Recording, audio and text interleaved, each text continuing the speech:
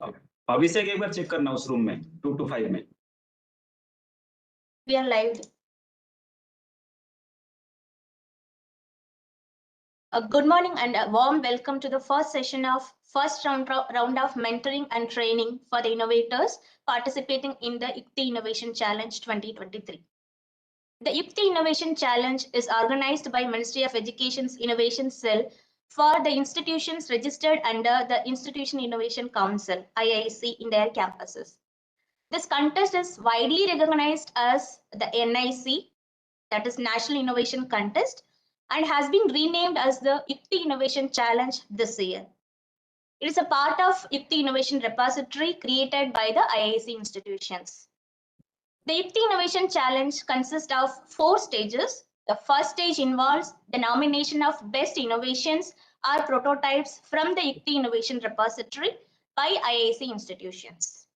And we are delighted to inform you that we have received over 4,000 nominations for the Yukti Innovation Challenge this year.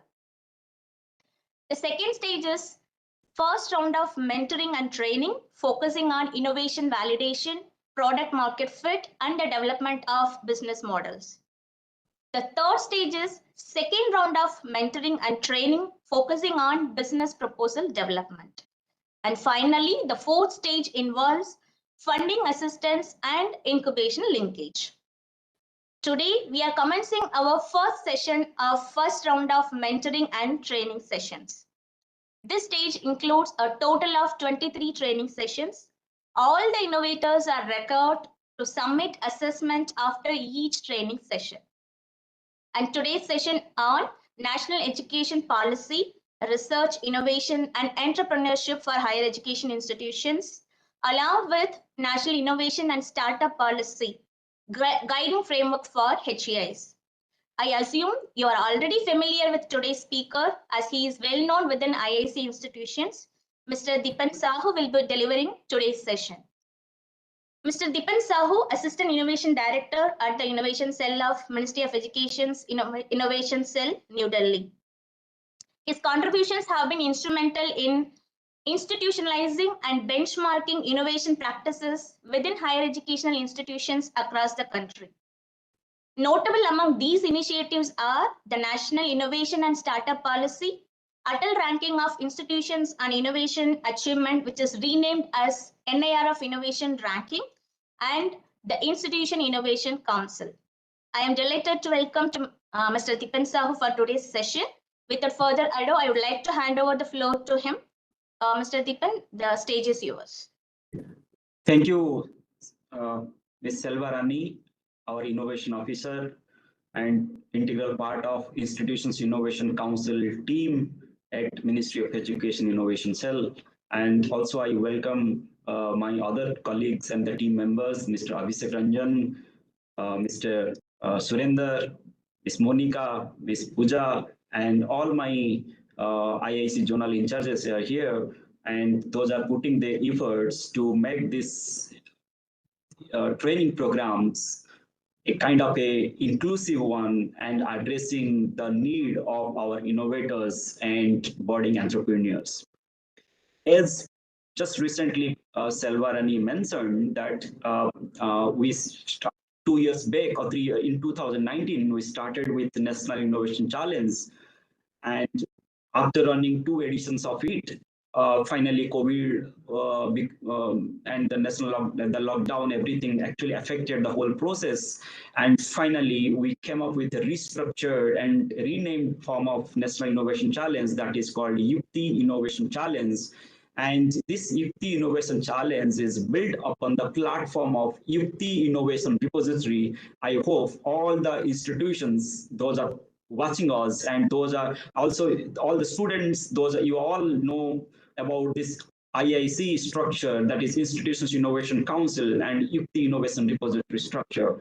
So it is, these words are now much familiar and no more as a kind of a alien or kind of buzzword, but these are more kind of essential, and regularly we are using all these words, and much familiarity with innovation, entrepreneurship and startups happened because of this structure of IIC and YIC. And let me tell you actually the beauty of this IIC and the YIC Innovation Challenge and the Innovation Repository structure is that this year we received the more than 1,500 IICs have built the innovation repository at the institute level, and we received more than 50,000 ideas, 30,000 innovations of TRL 4 to 9, and registered startups from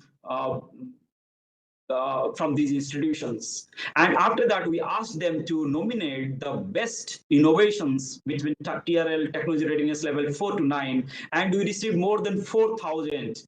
And this is kind of a phenomenon, and the response from the institutions also and participation from especially student and faculty innovators is actually it is heart touching. Let me tell you that why you have designed this training program. This training programs is only taking the need and requirement of our student innovators and the faculty innovators. Those are in the technology development stage, or those are in the innovation development stage. And already we have said the schedule of 1 month long training series program, which is 22 modules. And if you will go carefully, that each module, each training module is actually designed and taking you a step-by-step approach and taking you through a path of journey of experiential learning and kind of handholding, mentoring from ideation stage to the validation stage to the technology development stage, and further IP management, business plan development, market research, teaching, and enabling you to develop a business model, how to scale your innovation either in form of a startup or through technology transfer. So this is the what we have restructured the whole thing, and also we have carefully identified the experts and bringing them into the platform so that they will share their experience and expertise. And through this training session for next 1 month from 3rd of July to 31st of July is going to be rewardful. And if each of you taking the team leader of all the the innovations, and also the team members and the mentors, and we have also made it much kind of a private rather than as a kind of a public one, because today's session is only sent through the YouTube link. But for to access to all these training sessions, every innovator, they have to log in into their UT innovation account, and through there only they will able to find the link for the link for the attending the trainings, and also assessment link will be available there to test their understanding what they have learned during this 1 hour session. And then based on that also there will be opportunity for the student and faculty innovators to become as an innovation ambassador, and then they will also further contribute to voluntary contributions towards inspiring and motivating other fellow students and faculty members to choose this innovation and entrepreneurship line. Without taking much time, because I have only 45 minutes in my hand and I have to cover two big topics. It is actually this two topic: national innovation policy and national education policy, NEP 2020, and national innovation startup policy. These two topics or these two themes are actually so broad, so each one will take at least 4 to 5 hours if you start delivering. But I have only 45 minutes in my hand, so I will split into 30 minutes or so, and I will try my best to crisp and give you only the best one, or the suitable the component which is suitable to your requirement, or that what you should know about it, rather than giving you the each and everything or each and every clause. So I will share my presentation with you all, and Selva or Abhishek, please confirm my sheet is visible or not.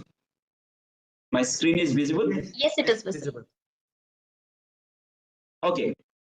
So I think I'm part of being part of this IIC network. we have a very close coordination and contact and kind of interaction on daily basis with our educational institutions. We have more than 7,200 institutional innovation councils established in uh, in institutions spread across the whole country, in all states and union territories. Also, we have a very good connection with the student entrepreneurs through our Youth Innovation Repository. And as the training module says, that I'm going to cover two very important topics, that is on national education policy and national innovation and startup policy, that is a guiding framework for higher education institutions. And let's start with the most important thing, that is Azadi Ka Amrit Mahotsav, and how we are preparing ourselves for next 25 years of Amrit Kal. The vision set for all of us is to make India self-reliant, and how the youngest nation of the world, our country, and the citizens with focus on youth. So how to create the opportunities for our youth to utilize their skill and capability and drive nation's socio-economic and environmental growth to make India knowledge powerhouse. Similarly, also it sets the vision for how to create jobs, how to create more job creators, and how to lead the industrial and knowledge growth so that we will reach from fifth largest to third largest, and also we will achieve the target of $5 trillion economy as set by our Honorable Prime Minister of India. So in totality, we are aspiring to become a strong and stable macroeconomic environment in this world. And Abhishek, could you please check that some disturbance is coming? And global innovation, I think you all know that global innovation index, right? So this global innovation index gives kind of a competency of the economies, like the countries, and how they build that competency based on the innovation capability and capacity. And if you see the picture, you will get to know that India is an emerging innovative country, economy, where 19th century was for Europe, because all these industrial revolutions started from Europe in 19th century. But gradually USA became the powerhouse, and in 20th century, actually USA achieved a lot. But in this 21st century is for the Asia. And mostly China has already taken a good lead, and India is in a position to take a lead. And this is the reason why we are focusing, and all of our policies are focusing how to make India and how we are going to leverage this creative potential of our youth on that. And most of these lead, or the kind of our economies are growing because the science and technology clusters and interventions we have.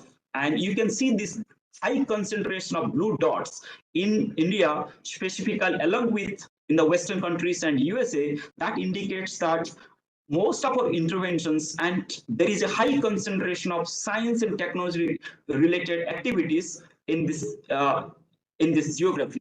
And gradually India is moving up, and recently we have reached to the fifth largest economy, and our target is that by 2036, I think India will become, or 2030, by 2030 India will become a third largest economy, and by 2026 or 27 we will become a 5 trillion economy. So by 2047, definitely we are going to become an advanced country. That we have set a vision, as our Prime Minister says, and always is try to pass his vision to each and every individual of this, the citizens of our country. And India is emerging as a startup nation, And if you will see the growth rate of startups, it's phenomenon. Actually, 4-5 years back, hardly 490 plus startups were there. Now more than 90,000. And next 3 to 4 years, by 2025, you will find more than 1.5 lakh startups will will get recognized, and they are going to drive the Indian economy.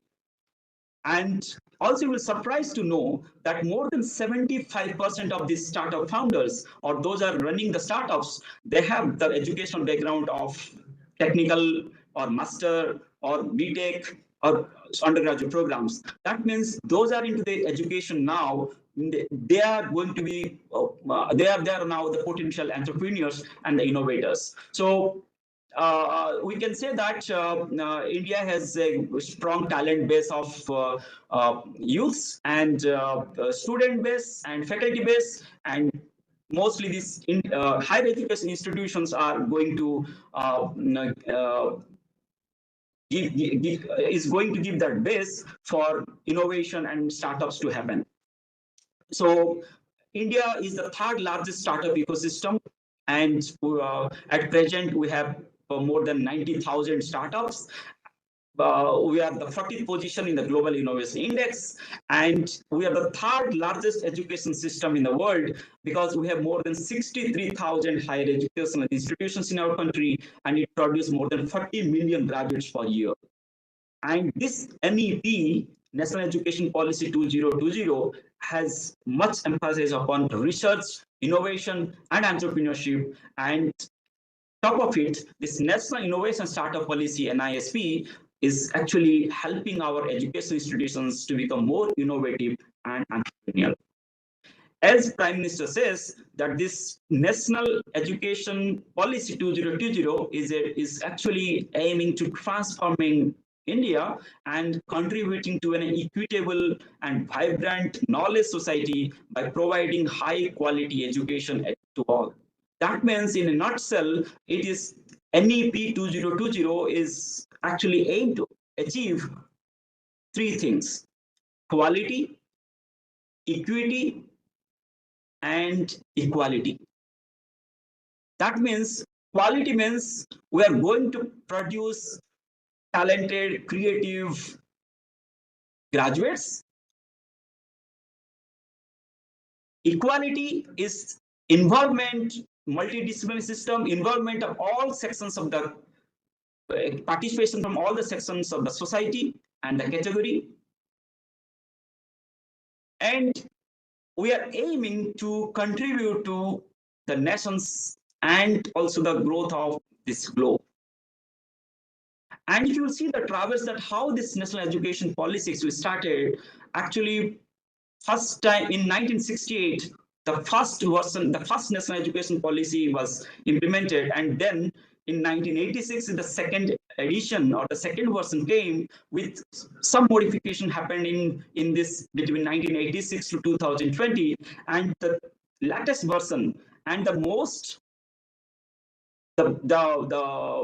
most advanced version of the innovation national education policy was introduced in 2020. And this latest version of national education policy is focusing on holistic education and mostly focusing on creative thinking, skill development, and lifelong learning, experiential learning, and all these things, cognitive skill development, all kind of things. So this holistic development of students is actually going to building the character and creating holistic and well-rounded individuals equipped with the key 21st century skills like artificial intelligence, machine learning, data science, and also the core skills of basic and engineering and STEM education. So mainstream manifestation of the knowledge as the perfection is the philosophy through which this whole education policy is guiding, and build upon the culture and having connected with the root and producing good human beings are actually we are striving for. And if you will see the components of Ministry of Education, National Education Policy that it is focusing, and the first thing it will pays attention, that is the inclusivity. And second one is called you're emphasizing on multidisciplinary education system. There is a multiple entry and exit options, and continuous and holistic assessment, and also providing knowledge or access to the knowledge and learning through multiple languages, and focus on skill development. All these are the major components. And higher education sector is actually first adopter of this national education policy, because our youths, our institutions, our stakeholders have developed the flexibility and accommodative capacity.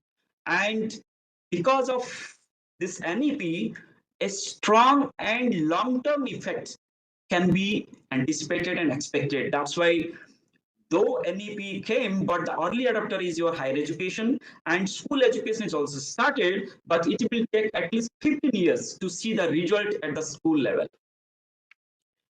Let's discuss about another more important aspects of National Education Policy 2020. It is a reduction in the curriculum.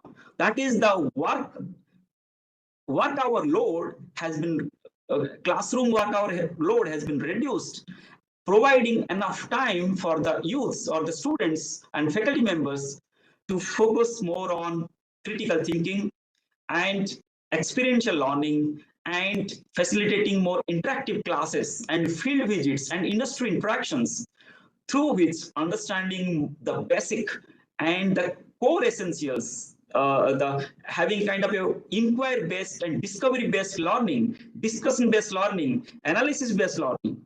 So these things actually going to help us, because to achieve the quality of education, where India is, this is challenge in our Indian education system.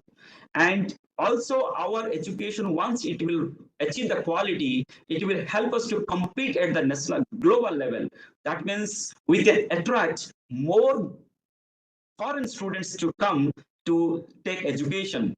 And also our students or our graduates with this quality education, they will be able to compete with international participants. And moreover, this industry academia linkage for innovation and research and innovation based institutions, and having research starting from school level to the college level in all and access the discipline. This is through which this NEP is aiming to bring changes in our Indian education system, ultimately focusing on overall growth of the Indian society and the culture and the economy.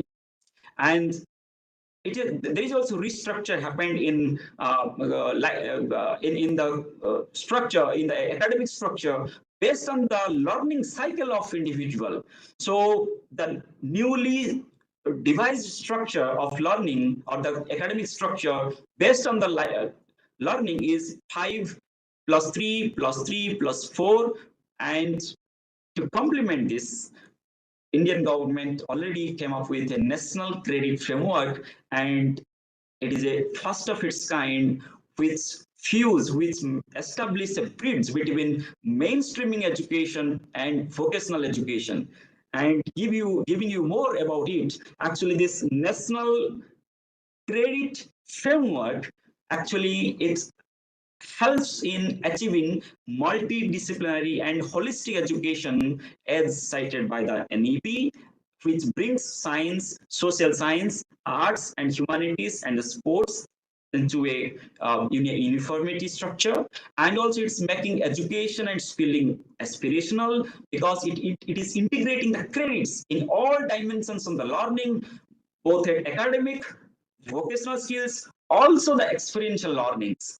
And the beauty is that it is further integrated with ABC, Academic Bank of Credit, which is again, that is for credit assignment, credit accumulation, credit storage, and transfer of and redemption of the credits. So let me give you some brief about the academic bank of credits, which is already implementation has been started, and this ABC promotes student-centered learning and allowing the students to design their own degrees. And the flexibility of this curriculum framework promotes an interdisciplinary and the multidisciplinary academic mobility between the institutions as per their choice. And so the objective of multiple entries and multiple exits, integration of multiple disciplines, choosing the credit, choosing the subject on your choice and completing at your own pace, then tailoring customization of the specialization also possible because of this national credit framework and introduction of ABC, academic bank of credits. How it is going to operate? Actually, it is implementing that. Consider you have joined one institute and later you dropped or you took a break, and if you wish to continue with the same institute, you can continue, or you can continue with another institute. If that institute is, both institutions are part of this ABC system, then you can claim that you have already done this much of credits and you have on this certificate or this diploma or this certificate, this degree from one institute, and you want to take it forward rather than repeating the same again in that institute. So transfer of credit is now seamless, and it is started with a few institutions only, because now only 149 universities so we started with this Institute of Eminence and certain IITs, but gradually it will extend to the other institutions, because now this upgraded graded autonomy system is in action, where institutions first they have to upgrade themselves and they have to reach a certain level of quality, then only they will be part of this credit transfer system, so that the quality will be maintained and credit transfer will be easy and smooth. And another aspect of NEP is just we did it, AICT and UGC did it 6 months back, that is use of Swayam courses. That is, it is a MOOC platform of Indian government which provides free access to important various range of courses, and which can be learned through online, and credit can be claimed in institutions. And as per the policy, now students can take up to 40% of their course online. And so this is the beauty of infusing the Swayam MOOC platform with academic bank of credit, with the national credit framework, and all totality with national education policy. And student has to, in case of they have to transfer from one institute to another institute, so student has to acquire 60% of the credits to be earned from the parent university, and other things they have to earn, they can earn through these Swayam courses or from the other institutions. And now more than 846 courses are being offered by the Swayam platform, and every day and every month Swayam platform is getting enriched with more such courses because of the policy, conducive policies and frameworks in our country. And more than 2.1 crores of students now they are enrolled, and since its inception, and they are getting benefit from this platform. Another aspect or another beauty of this NEP is a multidisciplinary system, and this is going to achieve through clustering of the colleges. So if you are part of one institute and you have interest in some subjects which is not being offered in that institute, then there is a provision for the institute to develop a cluster through MOUs and through collaborations, so that students of one institute can enroll in the subjects offered by another institute of their interest, but not available in the parent institute to undergo. So this clustering of colleges policies also in implementation, and also it is helping institutions, especially standalone institutions or discipline specific institutions, to go multidisciplinary.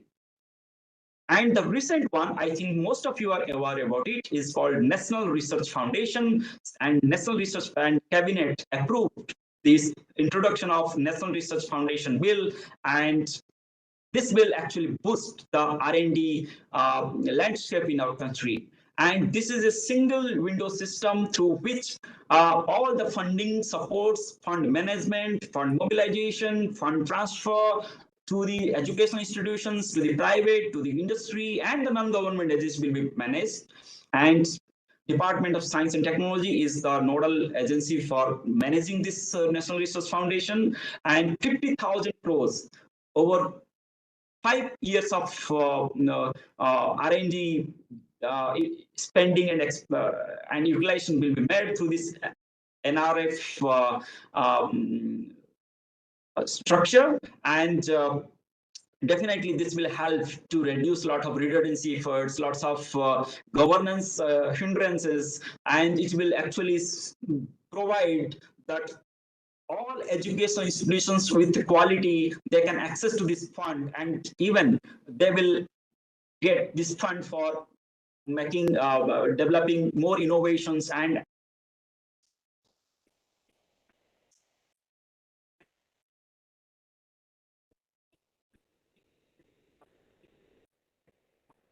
because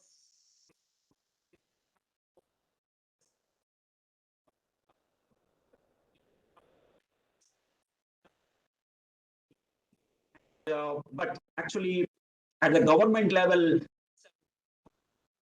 one structure like academic bank of credit, the national credit, this NRF regulatory system, unregulatory, then changes at the institute level and making them moving towards a quality education will be faster. Now comes to this NEP is actually, see, this NEP actually gives emphasis upon the innovation entrepreneurship, and this entrepreneurship or the innovation system in our going to address the major innovation challenges we are facing at present. This startup model is called non-transfer of the tech developed in our institutions. This is challenge in mid by the student and faculty and entrepreneurs, because they are discouraged and the job creators. So these challenges are going to be addressed by the startup modality challenges is called the scalability issue and the sustainability still our system is facing. And we believe that this NEP will not only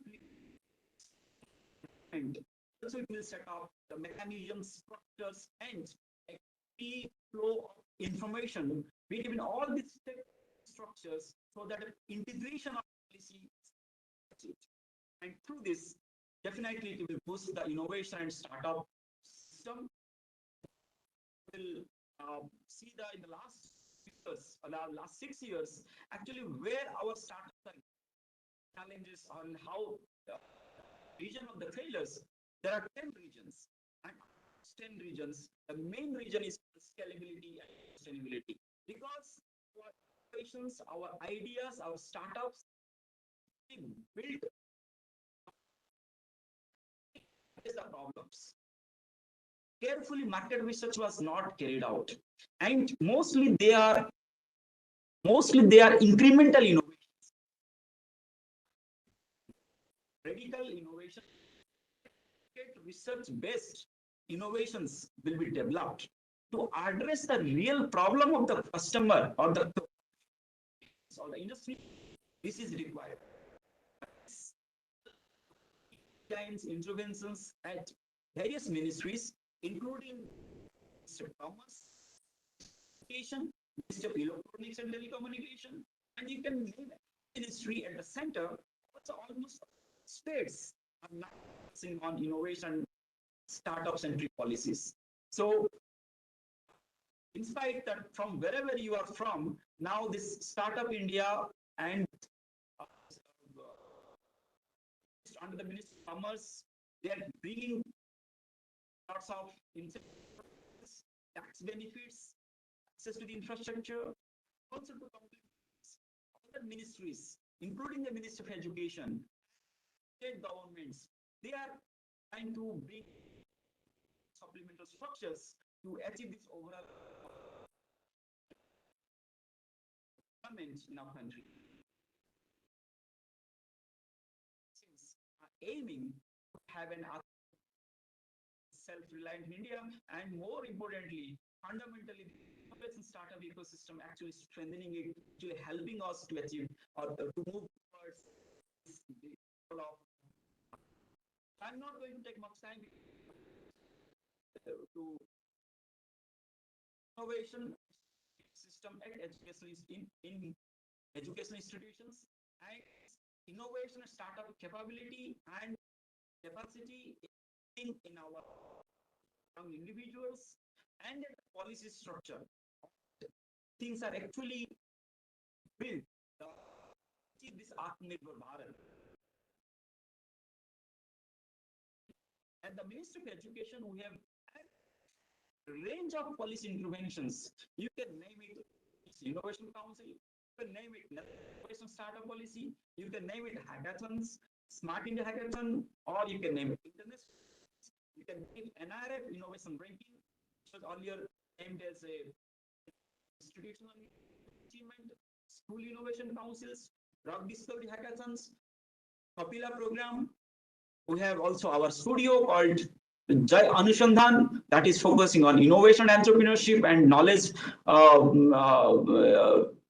info innovation repository or innovation challenge, or also you can make the program, impact lecture series, mentor-mentee program. Each and every program is carefully crafted, designed to achieve objective of Atmanirbhar Bharat, skilling India, new India, make in India, synchronized and synergized. This is the what it's a more it's integrational approach. Actually, it is helping us to implement. So we are achieving desirable results and the impact at the ground, and there is a visibility of it because we are the third largest ecosystem in the world, and sooner we are going USA, and we are going to give a competition to Israel.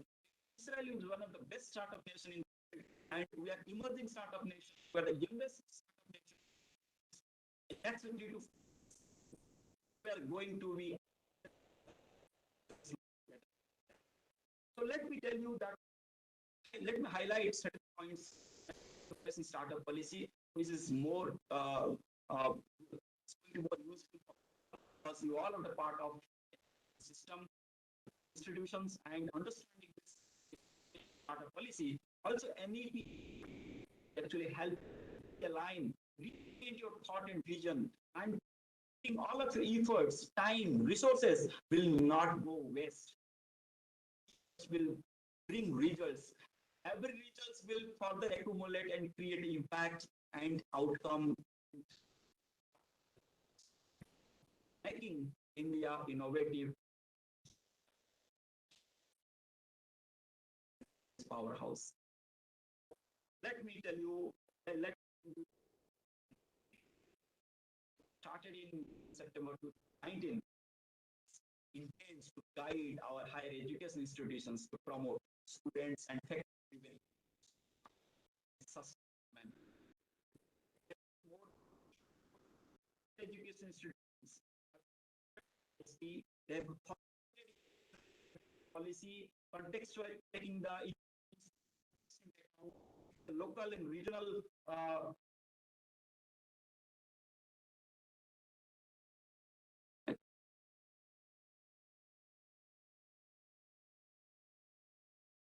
just check. It's okay. My side, it's okay.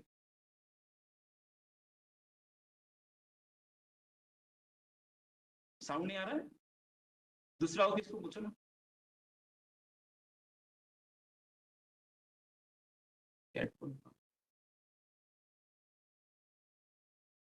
Hello, is it okay now? Pooja, please, Surendra. हाँ sir, अभी clear आ रहा है, वो अभी उससे पहले clear नहीं आ रही थी आपकी वॉइस। पूरा सेशन था या फिर बीच में? हाँ सर, बीच में सर। पता नहीं. ठीक है, अभी देखना. ये मेरा यहाँ से सब कुछ ठीक है. Anyway, I am sharing my ठीक है। slide again.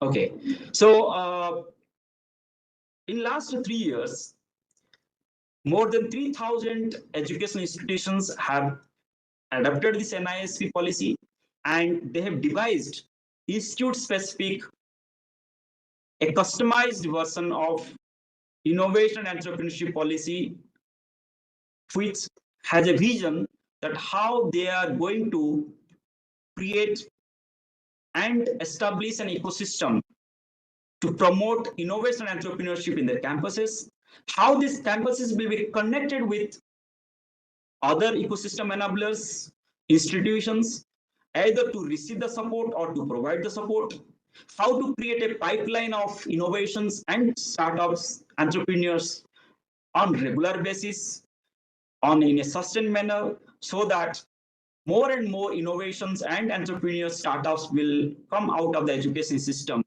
and they will create more wealth, they will create more job, they will also have kind of a take care, or they will drive the Indian economy.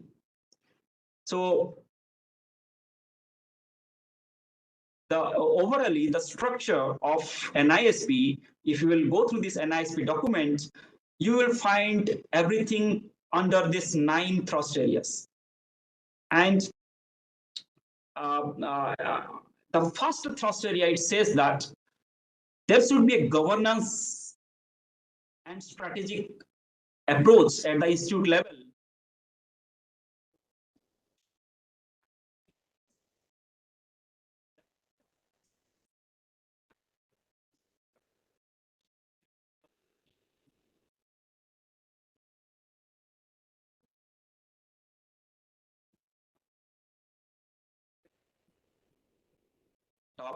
And their importance and their role in education system, how to prepare the students to take the challenge once they get out of the education system. So understanding on innovation start with the level, and how to being leaders and their commitment into the picture. This section clearly says that. And other sections like creating innovation pipeline and pathways for entrepreneurs, there is need of lots of structures, mechanisms has to be built. Institute has to focus on that. And like incubation, pre-incubation, research park, innovation cell, and those people are going to those are going to manage these facilities, their capacity. There is some incentiveness for enhancing their performance, commitment has to be developed. So this section 1 is focused on all these things. And also it says that if institution has not developed its own structure, still they can do it by developing a partnership with nearby incubation units, other institutions, those are already their infrastructure. So co-creation, collaboration, and relationship with other stakeholders in knowledge exchange. Also, we can achieve certain extent at the initial level till we have developed our own capacity to leverage or to mobilize the resources. So now there is now institute can't say that they have to wait for the government to grant. Rather than they have to allocate certain fund from their own resources to start with certain minimum activities. What HEIs is trying to ensure that in each and every IAC institute, there should be some innovation entrepreneurs throughout the year so that faculty, student, and stakeholders interaction and involvement should be there, engagement should be there. Second section of NISP says that there is a norms for faculty and students. Those are involving or those are doing their innovation startups. So it says that the incentives for faculty and students involved or to do some innovation and entrepreneurship. Now it is a legitimate activity for student and faculty to involve in innovation and entrepreneurship activities while they're studying and while they're employment. And there is also norms for faculty how to distinguish between startup activities and how to distinguish their research activities and their academic teaching and learning activities while they are in the job and also performing their startups, performing their role in the startups. Section focusing on an institute start, plan or design pre-incubation support system, incubation support system in their institute, and how they will move from in a stepwise manner and mobilize the resources. Similarly, the fourth section focus upon IP ownership rights developed in our education institutions. It addresses both extremes where technology or IP developed by any student and faculty without using the institute there, how to protect the inventorship or the IP ownership with the inventor. And also it addresses the another gray area where IP is developed with institutes resources, with institutes infrastructure, but not giving IP ownership to the institute. So both the extremes are addressed under this section. So it says that the equity holding by startups started by student, faculty, or the outside entrepreneurs, and there is an upper cap of equity that institute or incubation unit of the institute can take, reduce or to check the exploitation and the irregular practices, ethical practices done by the incubation units. The fifth section focuses upon that institutes should build their capacity on the competencies they have. They should come up with innovative pedagogical structuring in the learning interventions, course curriculums, certificate courses or the credit courses or elective courses, full-time programs, UG level.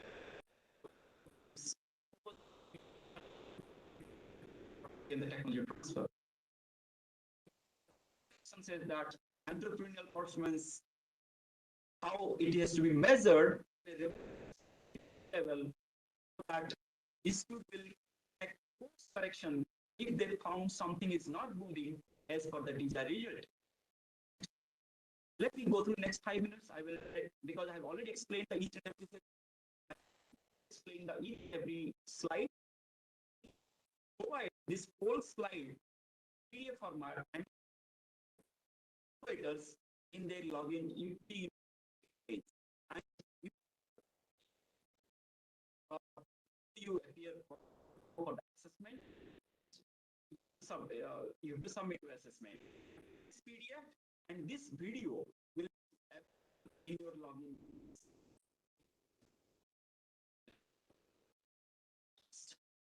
Section says that strategies and governance level of governance interventions to promote innovation and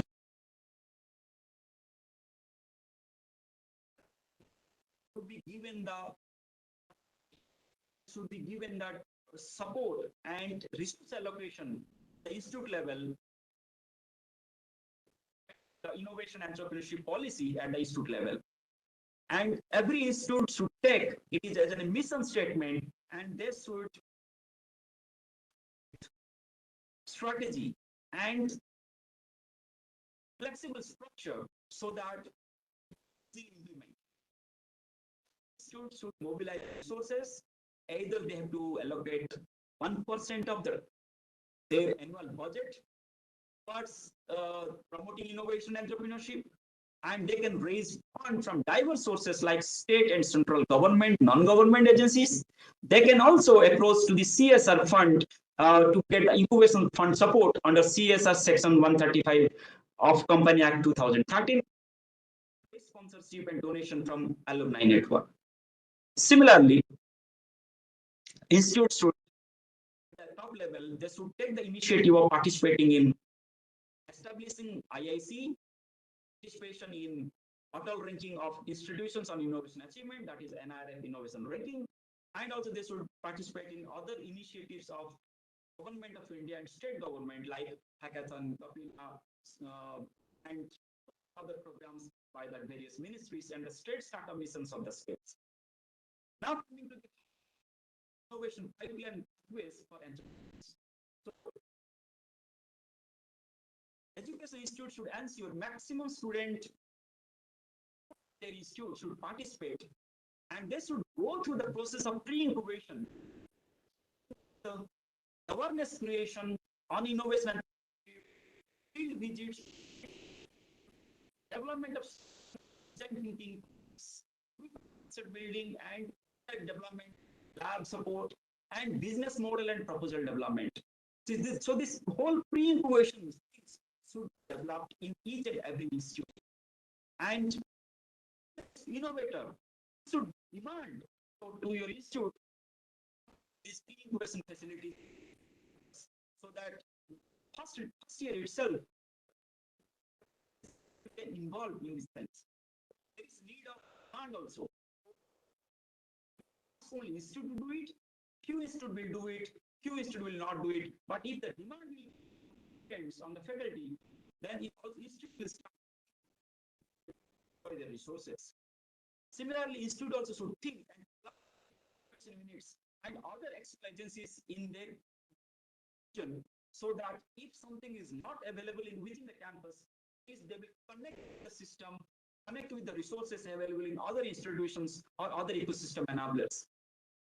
So students also should aspire, and institutes should internship in startups, in incubation centers, in labs, so that they will use period working on their innovation or understanding the startups, their culture, how uncertainty system, on uncertainty environment, how startups are performing. So this will help them to broaden their mindset, and they will get out of the comfort zone of sitting and getting job. Similarly, building organizational capacity, human resources, and incentives at the institute level. Development and the passion of the project management staff or the infrastructure, those are managing incubation, they will bring their best. So that recruitment done carefully, so that those have this experience and understanding on innovation and entrepreneurship join the institute, and there should be a interaction between the institution departments within the institute and institute, so that internship and inter-partnership will happen. And yeah, I understand there is some sound fluctuation, but actually my system is actually everything is okay, but I don't know the region. That's why I'm slowly. So please excuse me. The third point under this organizational capacity development is every institute should encourage their faculty members to undergo trainings and earn certificates, upgrade their knowledge, skill, innovation, entrepreneurship, and IPR. So, institute has to develop reward system, incentive system, participation, students' participation, and ecosystem enablers participation in this whole of promotion and development of innovation and entrepreneurship. This incentive may be a non-financial, may be a financial, combination of both financial and non-financial. There should be a reward and incentives. More importantly, is for the faculty, involvement and contribution to innovation and entrepreneurship by the faculty in coordination of the activities as an innovator or as an entrepreneur should be included in annual performance metrics so that it counted, rewarded, and so inspire them to contribute more and more in qualitative way, also in quantitative way. Fourth part of section A is called because it is not possible for each and every institute to bring resources because it needs lots of capital, it needs lot of budget, and every institute have not all capacity. So these things can be achieved collaboration through co-creation and having a business relationship and partnership with ecosystem enablers, incubation units, knowledge agencies, governments and government agencies. Knowledge transfer, knowledge exchange, resource exchange, things will happen. Coming to the norms for faculty students, actually there should be incentivization for the faculty. So there is a norms for faculty startup. We have clearly stated that students, technical innovation is not going to help us. So innovation can be, or startups focusing on social, technology, and non-technical based innovations should be encouraged. And institute should allow students to working part-time for the startups while studying and working as an intern. Also, institute should allow students to earn working on innovative prototypes and business models as part of their internship or as during their coursework. Student innovation may be allowed for startups in place of mini projects, major projects, or summer training. And students should be allowed semester break, year break to work on their startups. Institute need to set up a minimum attendance so that startups they will not face any challenges or any hurdles in completing so that they take the exam and they will able to access. And students can use their hostel, pre-incubation unit or incubation unit of the institute, register their startups while studying at that institute. This is a provision as part of incentivizing students and entrepreneurship. Similarly, there is incentivizing faculty for innovation entrepreneurship, allowing faculty to start the startup based on the technology or the business model previously developed somewhere else. An ownership should be before starting of the startup by the faculty, they should from the competent authority at the institute or the university. And allowing the faculty and staff to take off for a semester or year break, leave or unpaid leave, casual leave, on leave for working on the startup and come back again to the institute. And as per the policy, faculty should not spend more than 20% of their total time on the startups, and they can join or they can play the role as an advisory in their existing academic and administrative work or duties. In case of faculty is drawing the salary from the institute, and they are, if faculty wants to start a startup, then institute has the incubation unit that faculty startup is getting incubated in that institute, then institute incubation unit of the institute can take an equity on that startup, but it should not cross the 20% of that faculty. 9.5% of the total stake of the whole startup, whichever is the minimum. Comes for faculty startups, faculty can join the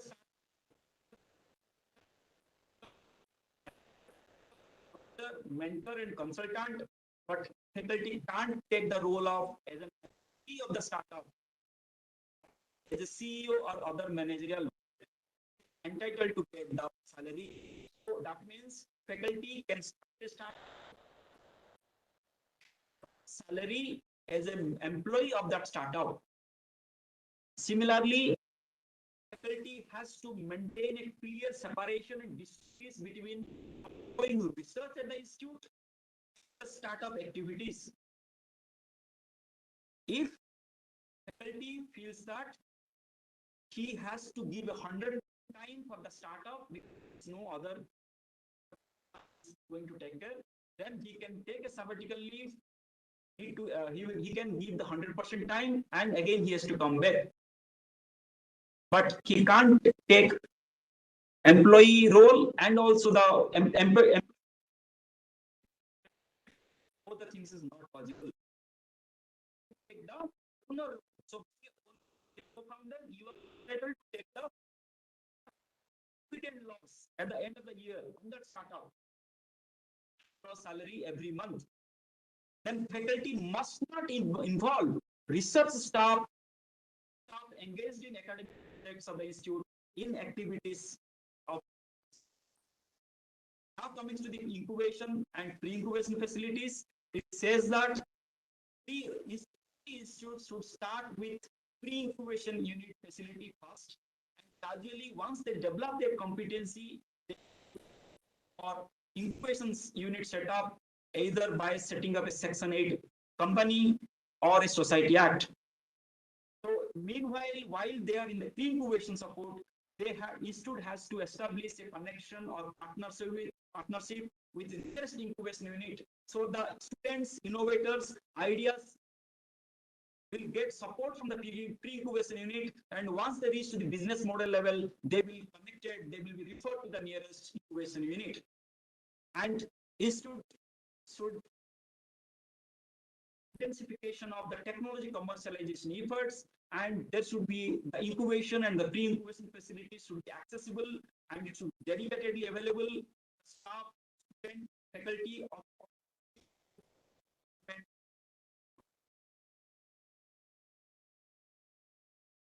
if incubation unit can provide the services of the students either in return of the fee-based or sharing or payment based as for the convenience.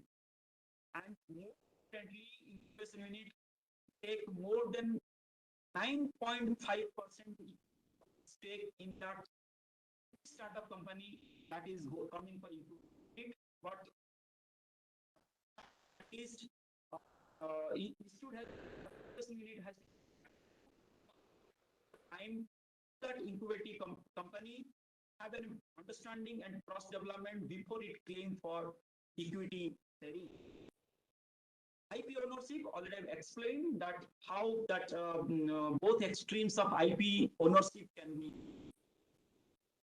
managed and handled at the institute level. And if so, here it says that if any faculty or student has developed any any intellectual property that they have not utilized the institute resources and infrastructure substantially, then institute can't claim ownership on that intellectual property. On the other way around, if faculty or the student have utilized the institute resources, institute lab and institute fund, but in that case they have to provide ownership to the institute. They can't file IP on their own name, so they have to give the co-applicant status to the institute. And also there is a revenue sharing mechanisms. So if any technology developed by any faculty and transferred later, So the faculty and institute can get 4% of total revenue or in the form of the faculty. In case of software products, this price will, because software products have a different mechanisms of revenue sharing. And if any discrepancy, if any disputes arise at the institute level on IP and revenue sharing or licensing, a 5-member committee at the institute level with experts from the domain and need to be scrutiny this whole process, and they have to take care of all kind of dispute resolution, resolving the disputes. And the last part is called pedagogy and the learning certificate for the credit courses, technology transfer, either in the curricular structure or the co-curricular structure. They have to promote innovation and teaching and learning. Similarly, institute also should start programs or master degree or the UG degree programs in bachelor degree programs on innovation and entrepreneurship. I hope City has a model curriculum on MBA in innovation, entrepreneurship, and venture development, which is a unique program. Students enter at the idea level, and with kind of things they come up with a startup, and also they learn other tracks, like they prepare themselves to contribute to the policy, semi-social enterprising, and all the tracks, parallel tracks also available there for specialization. And also recently in this academic year, AICT introduced a minor degree in entrepreneurship and venture development for at the UG level, BTech and B level students to get the efforts and converts into credits throughout the 4 years of their study at the institute, and they can claim minor degree in innovation, entrepreneurship, venture development if the total credit crosses the whole 4 year of time. So there are so many things, but I will how 1,000 plus institutions are having their creating impact in terms of 7 parameters and 22 are actually helping institutions to achieve a hybrid startup innovation ecosystem in the campuses, and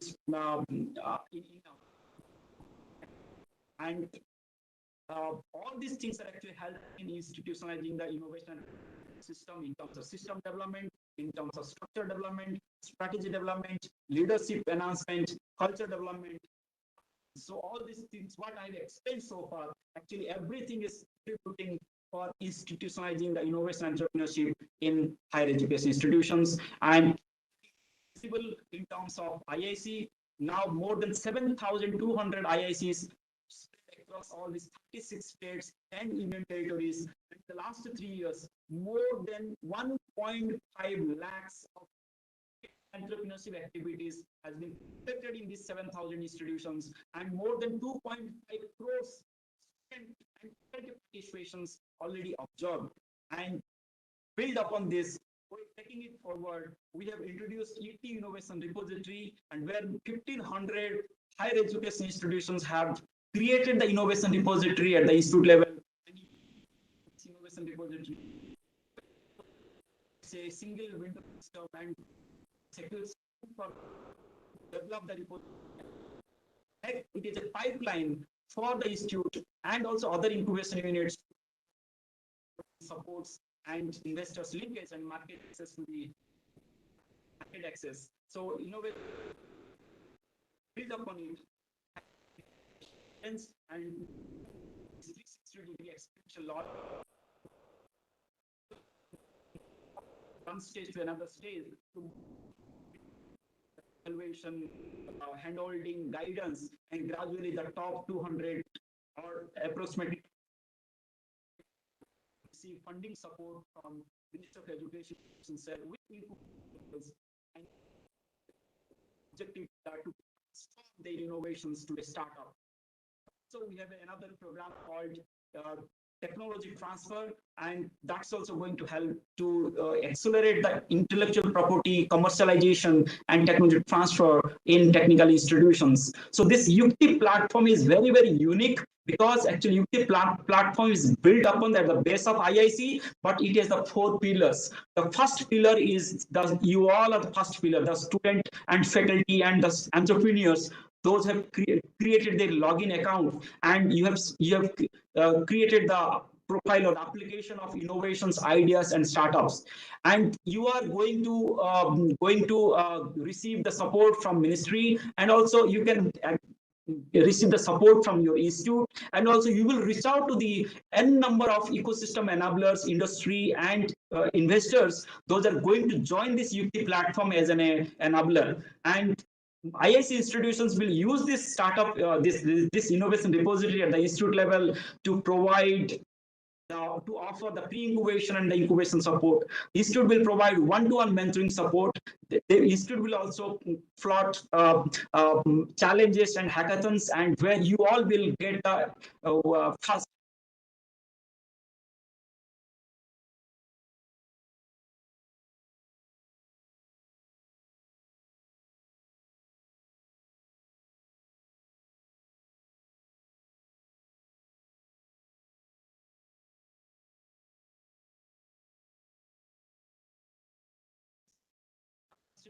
the faculty members, those are trained on innovation entrepreneurship by us, and also the mentors and verifiers. Those are part of the mentoring system in your institute. They are going to help you with verification, handholding, and also they will help the institutions to share their knowledge and expertise. And this is very, very important. They are called industry or system enabler. So incubation units, those are situated outside the institute. Then your government, state government, central government, BST, DBT, Iraq, state startup missions, and incubation units, acceleration units, investors, VC firms, knowledge agencies will come. They will join as an agency, and they will provide supports and their offerings to innovators, to the institutions, so that a platform where everybody has something to receive, and this collaborative platform will actually help in getting the right partner as per their interest and matchmaking. This is kind of a marketplace and matchmaking platform for each and every stakeholders. So I welcome you all, because you are already and gradually all the stages you have to cross through, and platform from your IIC institutions, innovation ambassadors, and also industry and ecosystem enablers. So our objective is to implement all these programs that innovation, NISP, NEP, IIC, NRF innovation, or ARIA together. Which only we can able to achieve this objective, and so to move up in terms of promoting IP-based technology, IP-based innovation, IP technology transfer, and IP commercialization. And we are planning to set up the hubs in different locations of the country, and as in a hub and spoke model, IIC institutions will connect with the hub, and the inventors and the IP owners and the technology developers, they will in that particular IIC, be a student or faculty, they will come, and this hub will help in connecting with the industry as a partner, and through industry institute interaction and meets on regular basis, and mentoring and handholding supports, and by converging with other government agency for the technology development, this IP commercialization and technology transfer things will be moved forward. And with this, I think already I have crossed the time limit. I'm sorry for that, but I thought these are the main very, very important things I should not skip. And with this, I complete my session on National Education Policy and NISP. So thank you all for listening carefully and also making notes, because after this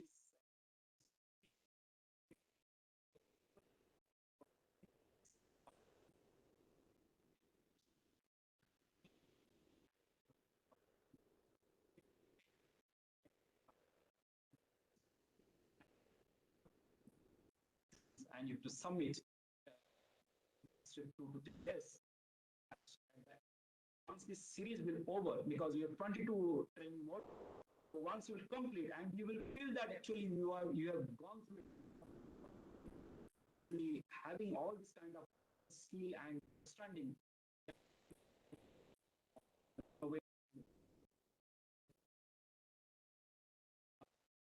a good business proposal for your innovation and a startup. Thank you all for again.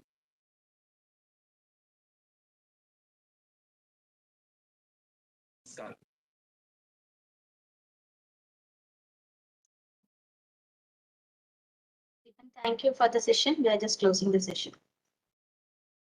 Yes, thank you.